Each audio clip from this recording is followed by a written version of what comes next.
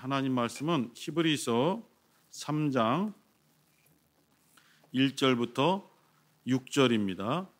히브리서 3장 1절부터 6절 말씀을 함께 합독하겠습니다.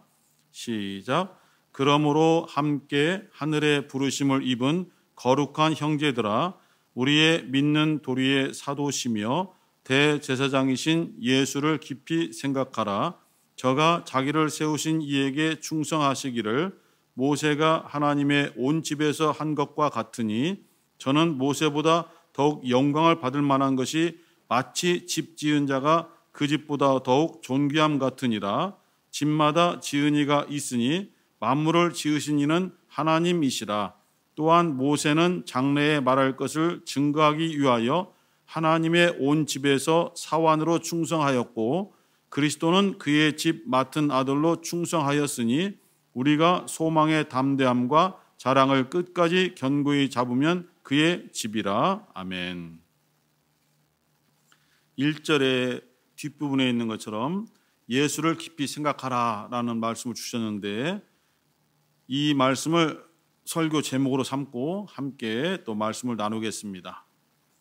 1절에 보니까 예수님을 우리 믿는 도리의 사도시며 대제사장이시다라고 말씀했습니다. 직분이죠. 사도는 우리 주님 예수께서 12제자를 정말 자기가 원하시는 자들을 불러서 세우셔서 너희들은 나의 말씀을 전하는 직분을 가진 자다, 나의 마음을 전하는 자다, 나의 이름을 증거하는 자다 해서 세우신 자들이 12사도입니다.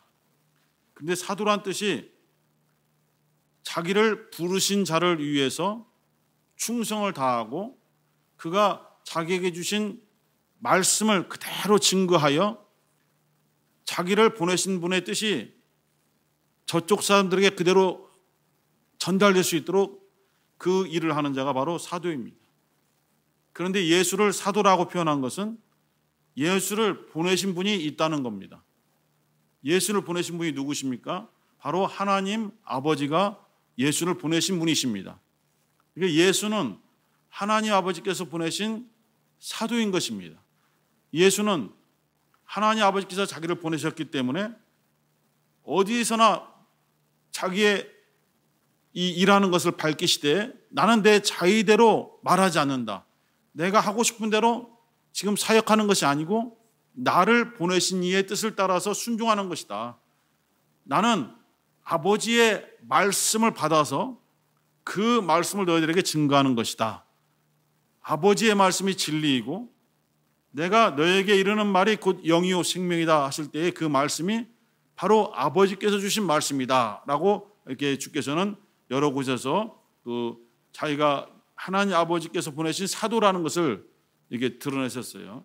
그래서 복음서에는 보통 인자라고 표현하셨지만은 그 직분이 사도라는 직분이라고 이 히브리서를 쓴 그 사역자가 이렇게 표현한 것입니다. 그리고 대제사장이라는 것은 반대로 인간들의 연약함, 인간들의 죄악, 인간들의 허물을 대신 담당해서 그들이 하나님을 만날 수 있도록 도와주는 역할을 가진 직분자를 말합니다. 구약에 보면은 모세의 형 아론이 첫 번째 대제사장으로 임명을 받았습니다. 그리고 그 4명의 아들들이 이제 제사장들로 역사하다가 아버지가 죽으면은 그 다음 사람이 대제사장이 되고, 이렇게 이스라엘 백성들의 연약함, 이스라엘 백성들의 죄, 이것을 속죄하기 위해서 하나님 앞에 짐승을 잡아 피를 흘릴 때에 그 하나님께 드리는 속죄제를 도와주는 자, 그래서 하나님께서 진노하지 않고 자비를 베풀어 주시도록 그 중간 역할을 하는 자가 바로 대제사장이신데, 예수께서는 이와 같이 우리들의 연약함을 하나님 아버지 앞에 잘 전달하여 우리에게 은혜를 베풀어 주시도록, 우리에게 긍휼을 베풀어 주시도록 그러한 중간다리, 중보자 역할을 하셨다는 것입니다. 그것이 바로 대제사장이시죠. 이와 같이 이제 히브리서가 증거될 때에 히브리서 1장은 크게 이렇습니다. 하나님의 아들과 천사들이 있는데 이건 비교 대상이 아니다. 하나님의 아들, 그 예수 그리스도는 하나님의 아들로서 하나님이 세우신 만유의 후사이시다. 하나님이 지으신 모든 만물의 바로 후사, 상속자가 되신다. 하지만 천사들은 아무리 뛰어난 자라 할지라도 후사의 자격이 없다. 이렇게 말씀하고 있습니다. 히브리서 1장 2절에 보니까 이 모든 날 마지막에 아들로 우리에게 말씀하셨으니 이 아들을 만유의 후사로 세우시고 또 저로 말미암아 모든 세계를 지으셨느니라 했습니다. 만유의 후사. 우리의 이 세상에서 살아가고 있는 우리 인간들의 관점에서 만유는 우리 눈에 보이는 이 세상을 만유라고 할 수 있겠죠. 조금 더 확대되면은 오늘날은 우주 공간까지도 만유라고 볼 수가 있겠죠. 그러나 이 세상도 결국은 사라져가는 것이고 우주도 어느 순간 사라져버리는 그러한 존재입니다. 그렇다면은 이렇게 사라져버릴 만유를 하나님께서 아들에게 상속시킬 리가 없는 것이죠. 그렇다면은 여기서 말하는 만유라는 것은 바로 영원히 없어지지 아니하는 하늘나라를 말하고 있는 것입니다. 그 하늘나라의 후사로 세우셔서 그 하늘나라, 영적인 하늘나라에 있는 모든 것들을 통치하시는 왕이 되게 하셨다는 뜻을 가지고 있습니다. 그러나 천사는 왕이 될 수가 없고 하나님의 후사가 될 수가 없습니다. 하나님의 후사가 되는 예수 그리스도를 오히려 돕고 섬기는 그러한 일꾼들이 바로 천사들입니다. 4절 한번 보시겠습니다. 히브리서 1장 4절. 히브리서 1장 4절을 함께 읽겠습니다. 시작. 저가 천사보다 얼마큼 뛰어남은 저희보다 더욱 아름다운 이름을 기업으로 얻으심이니 했습니다.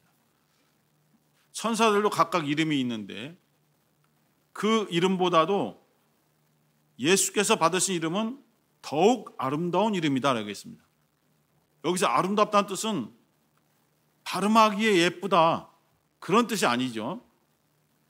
여기서 아름답다는 표현은 비교할 수 없다. 예수의 이름에는 권세가 있고 모든 만물을 창조할 수 있는 창조한 권세도 있고 또 하나님의 말씀에 어긋난 자들을 심판할 수 있는 권세도 있는 그런 이름이고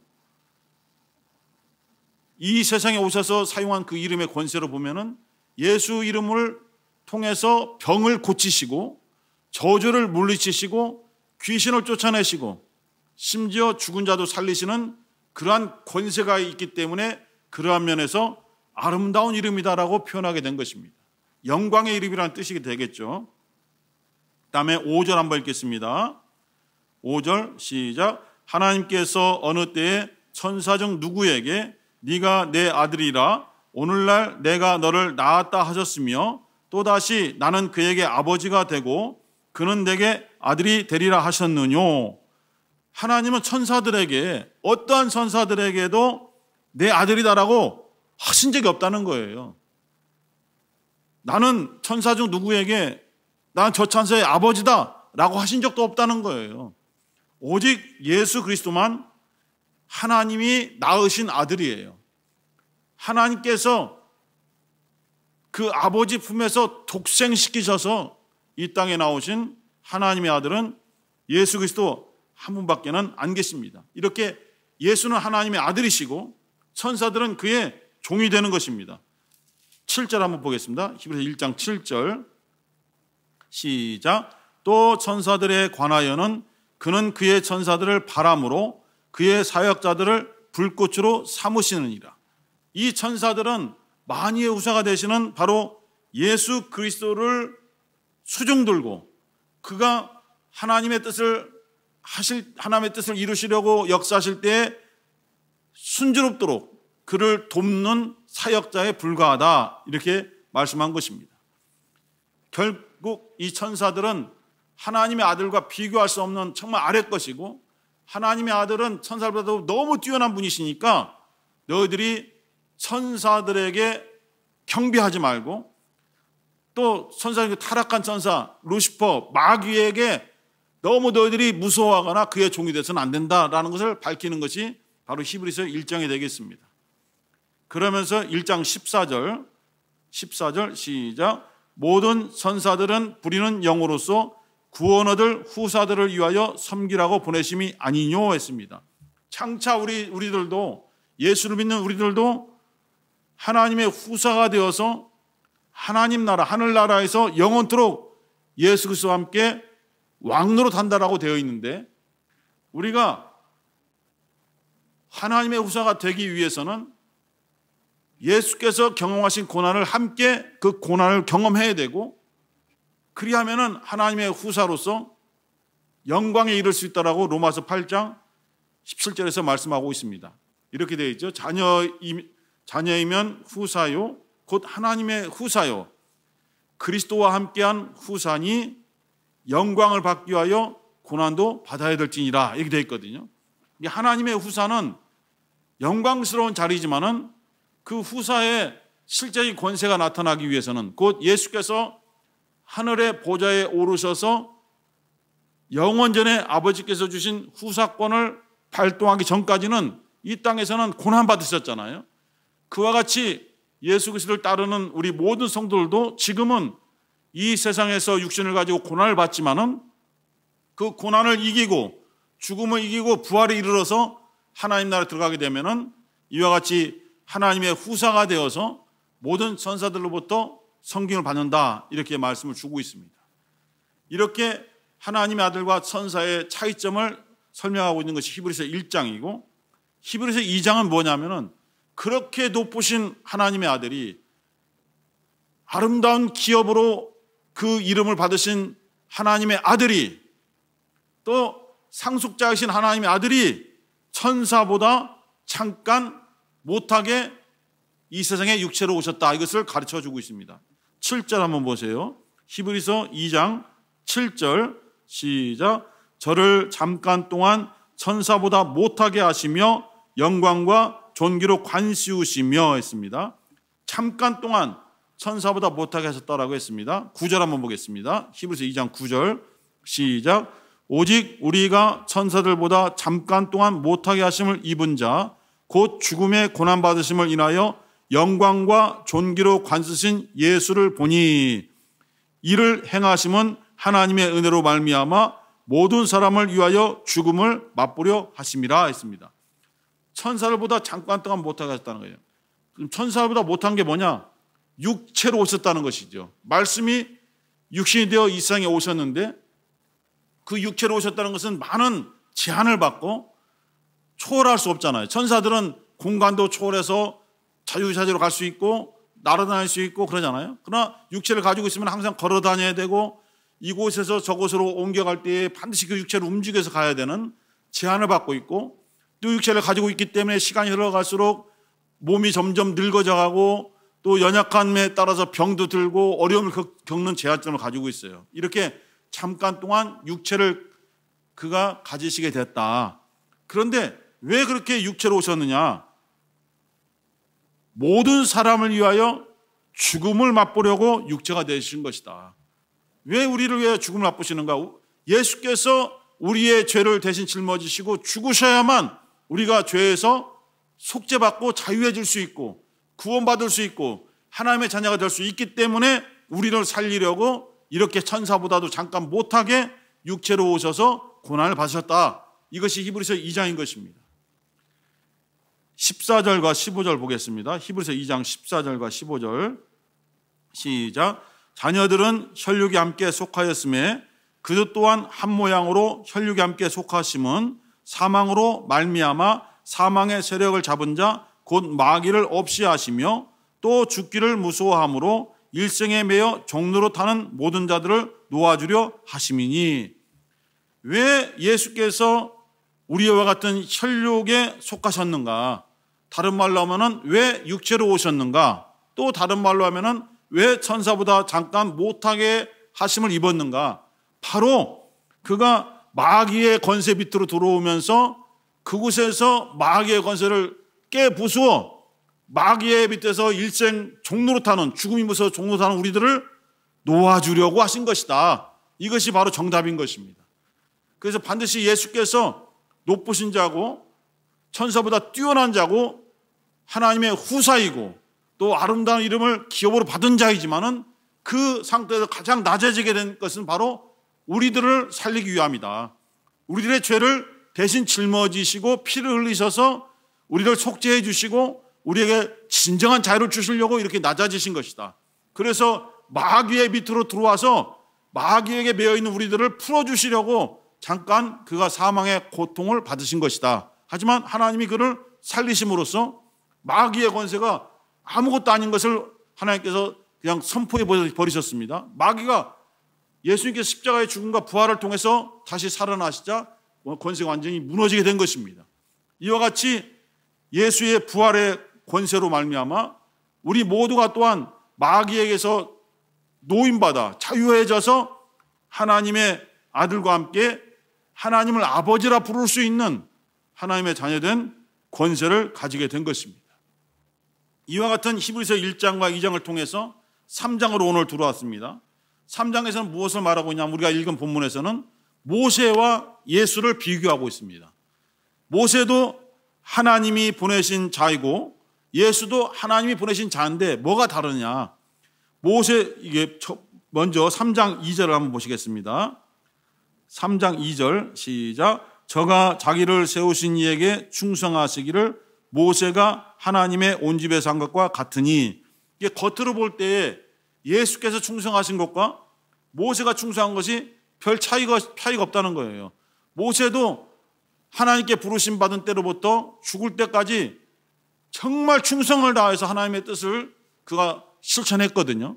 백성들이 모세에게 대항하고 모세에게 핍박하고 모세에게 안 좋은 말을 해도 흔들리지 아니하고 끝까지 하나님의 그 직분을 맡아서 충성을 다해서 결국은 여호수아를 통해서 가나안 땅으로 이스라엘 백성들을 인도했지 않습니까? 이와 같이 예수님도 이 땅에 오셔서 자기가 육신을 가지고 약한 자가 되었고 천사보다 못한 자가 되었으나 그러한 육체의 연약함 속에서도 충성을 다하여 하나님 아버지의 뜻을 그대로 이루셨다는 거예요. 겟세마네 동산에서 정말 나의 원대로 마옵시고 아버지의 원대로 하옵소서라고 고백하면서 하나님 아버지의 뜻이 이루어지기를 끝까지 충성하셨습니다. 정말 그가 십자가에서 죽기까지 순종하셨다라고 빌립보서 2장 7절 8절에서 말씀하고 있습니다. 이 충성을 볼 때에 비슷한 것 같으나 다른 점이 있다. 그것이 뭐냐면은 3절 시작. 저는 모세보다 더욱 영광을 받을 만한 것이 마치 집 지은 자가 그 집보다 더욱 존귀함 같으니라. 모세는 지음받은 집과 같고 예수는 그 집을 지은 집 주인이라는 거예요. 이것이 다르다는 거예요. 그러면서 5절에서 이렇게 말합니다. 5절 6절을 한번 다시 읽어보겠습니다. 5절 6절 시작. 또한 모세는 장래에 말할 것을 증거하기 위하여 하나님의 온 집에서 사환으로 충성하였고 그리스도는 그의 집 맡은 아들로 충성하였으니. 여기까지. 모세는 하나님의 집에서 사환, 종으로 충성하였고 예수는 바로 그 집의 아들로 충성하였다. 이게 다른 겁니다. 그러니까 충성의 열심은 똑같지만은 모세는 하나님께서 부리는 종과 같다. 마치 히브리서 1장에서 천사들이 예수를 위해서 수중 들고 예수님의 사역자로서 예수께서 명하신 대로 그가 순종하듯이 모세는 그러한 역할을 했을 뿐이다. 그러나 하나님의 아들 예수 그리스도는 그 집 아들로서 그 집주인의 아들로서 마치 그 집주인인 것처럼 만유의 후사로서 충성을 한 것이다. 종은 아무리 충성을 해도 주인의 본 마음을 모릅니다. 왜 이러한 일을 시키는지를 알 수가 없어요. 그냥 순종할 뿐이에요. 그러나 아들은 아버지께서 왜 이것을 시켰는지 그 아버지의 마음까지도 아는 거예요. 아버지의 뜻을 알고 있는 거예요. 그래서 우리가 예수 믿는 그리스도인으로서 교회에서 충성하고 하나님께 충성할 때에 충성은 똑같지만은 마치 종처럼 충성할 것이냐 아니면은 그 집주인의 아들처럼 충성할 것이냐 이것이 다른 거예요. 그래서 무조건 충성하는 것보다는 하나님의 뜻을 이해하는 것이 필요하고 예수님께서 우리에게 왜 이와 같은 길을 제시했는가, 예수님의 뜻을 아는 것이 필요하다는 거예요. 그러한 의미에서 3장 1절 오늘 제목처럼 예수를 깊이 생각하라. 예수께서 왜 사도로 일하셨는가, 어떻게 사도로 일하셨는가, 예수께서 왜 대제사장으로 일하셨는가, 어떻게 대제사장으로 일하셨는가, 그것을 깊이 생각하고 우리들도 예수와 그 뜻을 같이 하여 그 방향으로 그 뜻을 이해하면서 나아가야 된다는 거예요. 바울 사도도 빌립보서 2장 5절에서 이렇게 말하잖아요. 너희들은 바로 그리스도 예수의 마음을 본받으라 했습니다. 예수 그리스도의 마음을 본받으라는 거예요. 예수님이 맹목적으로 순수한 것이 아니라 아버지께서 왜 자기를 이 세상에 보내셨는가, 왜 천사보다 못하게 잠깐 동안 육체를 갖고 이 땅에 보내셨는가, 왜 마귀의 그 권세 아래 들어가서 정죄받고 피를 흘려서 인간들을 살리셔야 되는가, 그것을 완전히 아버지 마음을 알고 계셨다는 거예요. 그렇게 하나님 아버지의 뜻을 아셨기 때문에 내 원대로 마옵시고 아버지의 원대로 하옵소서라고 순종한 것처럼 우리 믿는 사람들도 무조건 맹목적인 순종이 중요한 것이 아니라 왜 우리가 주의 말씀에 순종해야 되는가를 이해해야 된다는 거예요. 그렇게 하려면 예수를 깊이 생각해 봐라. 예수님이 왜 이렇게 행동하셨는가를 깊이 깨달아야 된다. 이것을 우리에게 제시해 주고 있는 거예요. 예수님도 말씀하기를 너희들은 내게 와서 배우라. 내 마음을 배우라. 나는 겸손하고 온유하니 내게 와서 이것을 배우라 라고 말씀하셨어요. 예수님의 일을 하기 위해서는 예수님의 그 마음을 배워야 되는 거예요. 그건 글로 배우는 것이 아니라 예수님께서 일하시는 그 현장에서 함께 동참하고 예수님의 말씀을 깊이 깨닫고 체험함으로써 예수님의 고난을 경험하고 예수님의 사역을 경험하고 예수님과 함께 해야만 비로소 배워지는 거예요. 그래서 주님께서 수고하고 무거운 짐은 다 내게로 가져오고 내게 와서 온유와 겸손과 온유한 마음을 너희들은 배워야 된다. 그래야만 주의를 감당할 수 있다라고 이렇게 말씀을 주신 것입니다. 오늘 히브리서 말씀도 바로 다시 한번 우리 1절을 읽고 기도하겠습니다. 1절, 3장 1절 시작. 그러므로 함께 하늘의 부르심을 입은 거룩한 형제들아, 우리의 믿는 도리의 사도시며 대제사장이신 예수를 깊이 생각하라 했습니다. 우리를 하늘의 부르심을 받은 자라는 거예요. 거룩한 형제들이라는 거예요. 세상에 속하지 않고 하늘의 부르심, 곧 하나님의 말씀을 정말 순종함으로 받은 거룩한 자들이라는 거예요. 우리는 어떻게 되느냐? 바로 믿는 도리의 사도가 되시는 예수를 생각해야 되고 대제사장이신 예수를 깊이 생각하면서 그가 가신 길을 따라가야 맞다는 거예요. 예수님께서 누구든지 나를 따라오려거든 자기를 부인하고 각각 자기 십자가를 지고 나를 좇을 것이니라라고 마태복음 16장 24절에 말씀을 주신 것처럼 정말 자기를 드러내서는 안 되는 거예요. 자기의 교만이 나와서도 안 되는 거예요. 자기 뜻, 내 생각에는 이렇습니다라고 말해서는 안 된다는 거예요.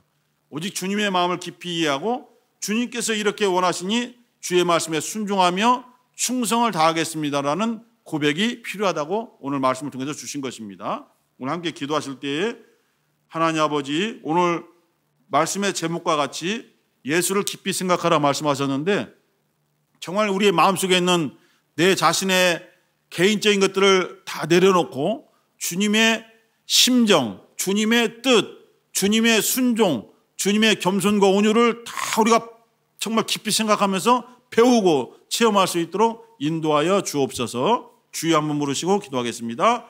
주여.